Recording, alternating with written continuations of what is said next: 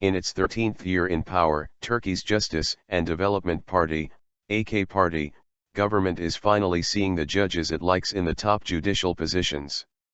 In the February 10 elections held among their members, both the Constitutional Court and the Supreme Court of Appeals elected judges who are unofficially favored by the ruling party. In the Constitutional Court elections, Zühtü Arslan received 11 of 17 votes from the Board of Judges.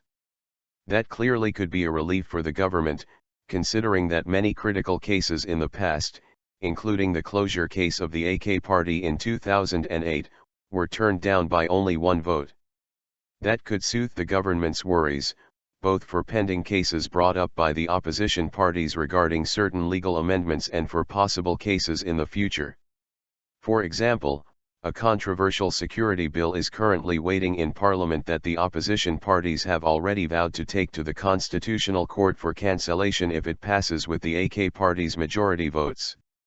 Local newspapers have reported that certain AK Party officials shuttled between the palace, meaning President Tayyip Erdogan, and the Constitutional Court to lobby on behalf of Arslan ahead of the vote. Arslan has previously slammed the court for accepting to judge the closure case submitted by the Republic prosecutor in the first place, accusing it of being pro-coup against the AK Party. Having previously served as the head of the Turkish Police Academy, Arslan is 51 years old, which means that he is eligible to remain on the board for 14 more years. For the top position at the Supreme Court of Appeals, Zühtü Arslan was elected in a landslide with 280 votes. This is an indication of the changing direction of the winds in the Turkish judiciary. The Turkish public is familiar with Arslan as the judge who in 2003 acquitted Erdogan of fraud claims in the Akbul case, which referred to Erdogan's time as the mayor of Istanbul in the mid-1990s, along with a group of municipality officials. Following his election, Arslan said in his acceptance speech that he would protect the separation of powers principle of the constitution and try to elevate the credibility of the Turkish judiciary, which he said had declined in recent times.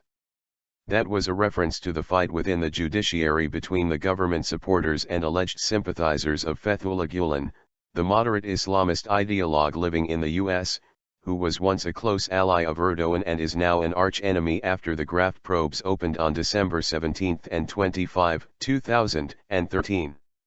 Adding Gulenists to Turkey's national security threat list, Erdogan has repeatedly said he is determined to root Gulenists out of the state structure, which is why he calls them the parallel structure within the state.